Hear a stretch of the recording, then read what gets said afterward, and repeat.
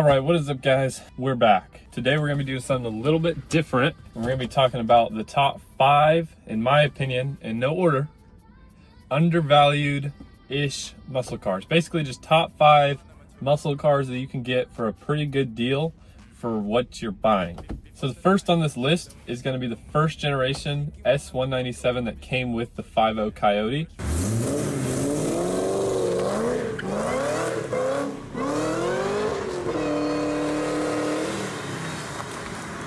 As you all know, the 5.0 has just been almost an unbeatable engine at this point, especially when it comes to the F-150s and anything like that. These engines come stock with a little over 400 horsepower, which is already plenty of horsepower for the street.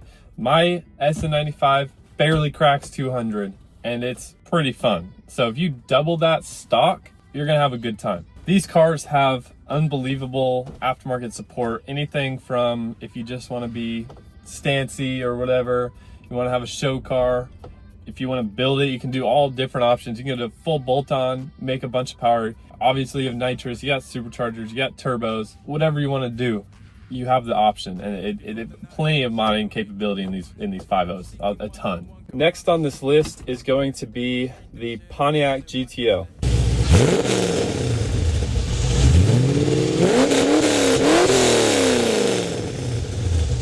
Not talking about the classic Pontiac GTO. I don't have that kind of money either. Talking like early 2000s Pontiac GTO. You get the LS2, make about the same horsepower as that 5.0. Obviously, when you get an LS, throw away the supercharger, throw away all that whatever. Throw in nasty cam and heads and springs in it, and a fat turbo or 2 fat turbos. Now you're going to go ahead and destroy also anything on the street as long as you can hook. These cars you can find for a little cheaper than the S197 5.0.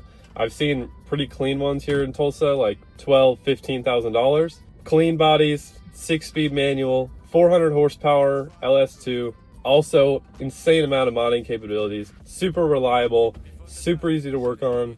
Everything on this list is going to be an unbeatable option. It's just there's too many good, cheap muscle cars nowadays. Now, some people might argue that the GTO is not the best looking Chevy. I agree. It might not look as good as a Camaro. It might not look good as a G8 even, which is the same car with 4 doors. But I personally, it's either you love or hate it. I love the GTO. I think it looks great. It might be a little long or whatever, but it's comfy. I think it looks good. It makes a lot of power. Handling, it's not going to be a Mustang. It's not going to handle as good.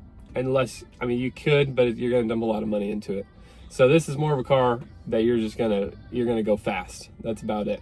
All right, the next one on this list is for the Mopar guys. I'm not really a huge Mopar guy. I think Dodge is cool. I think they did make a lot of cars for enthusiasts. The Hellcat, the Scat, all those cars are just purpose built for people like us that just enjoy raw V8 power. I think they're kind of ugly, but that's okay. This one we're gonna be talking about the early 2000s or like late 2000s, early 2010s Challenger SRT 8.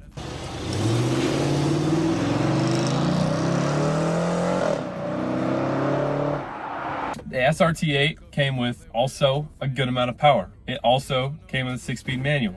It also has all of the same modding capabilities. Throw a centrifugal, throw a regular root style blower, throw a turbo on it, throw nitrous on it, whatever. I raced a guy a long time ago with an SRT 8 6-speed bone stock with just a supercharger, and it was fast. I mean, I didn't race in this car. Regardless, I would have lost. He needed a drag pack. I mean, it made enough power that just a good sticky tire wasn't enough. They're fun. They're heavy. I mean, they're boats. So they're definitely not, you're not getting a handling car. If that's what you want, you're not going to get it out of a Challenger. But if you want something that's just going to go fast, sound good, SRT 8's a good price. I mean, you can get them for pretty cheap, just like everything on this list. It's a pretty good deal. All right, the last one on this list is going to be the 99 or whatever to 2002, that era Camaro SS or Z, whatever, 78, 71, 28, whatever they called them.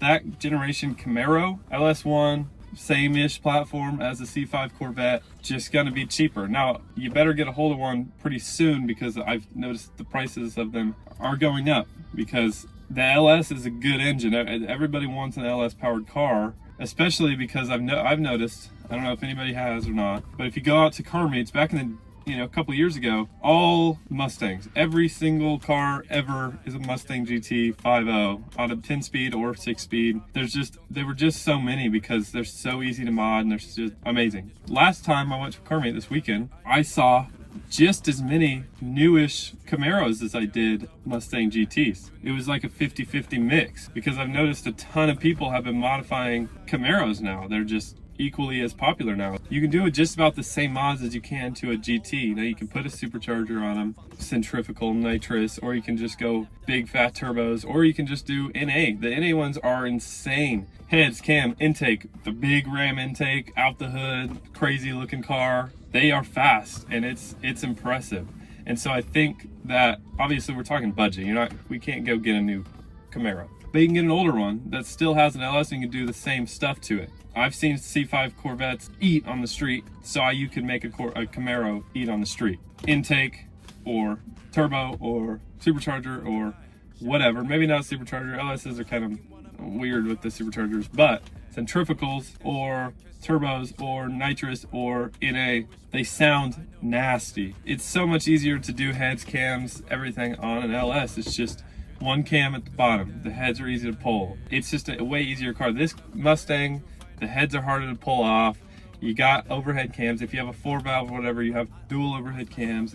A 5.0, you have dual overhead cams. It's a lot more work. The LS, it's not hard. And parts are everywhere for LS engines. I built got all the parts at least, to build a 6-liter truck motor for my truck on Marketplace for dumb cheap. I bought a brand new cam and spring kit. I bought a turbo kit. All this stuff for, I don't even, cheap. Like, turbo kit, couple $100. Cam kit, half off of about $150 probably. Like, stupid cheap. You could build an insane LS 5.3, 6.0, LS1, LS7, LS3, all of those things for like maybe a couple grand. That's like pushing it.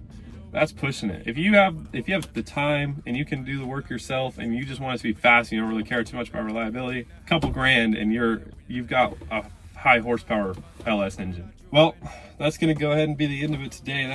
That's my personal top 5 list of cars, muscle cars, that I think are going to hold or go up in value, that are fun, that are moddable, that can handle well, just good cars that if you're looking for your first or your second or third, or you're just looking to get into muscle cars or something like that, get into it. Now, I know you probably didn't hear me mention the S195 or the New Edge. I feel like it's a given that it's on my list. Super fun cars. They're all pretty cheap. I think they look good. They can handle really well if you put a good coilover kit on it, some sway bars, good wheels and tires. They're good cars. They just, compared to the rest of the cars on here, they lack in horsepower. It's harder to make horsepower. So it's just, they're not really on the top 5. Now, if we just want a cheap, fun manual V8 car, yeah, an older Mustang GT is gonna be a great time. Power-wise, it's just not gonna compete unless you have a lot of money and a lot of time. Anyways, I appreciate you for watching the whole video. It would be super cool if you'd like and subscribe so that I can do this full time and I can make cool content for these fellas on the internet. So y'all have a good day.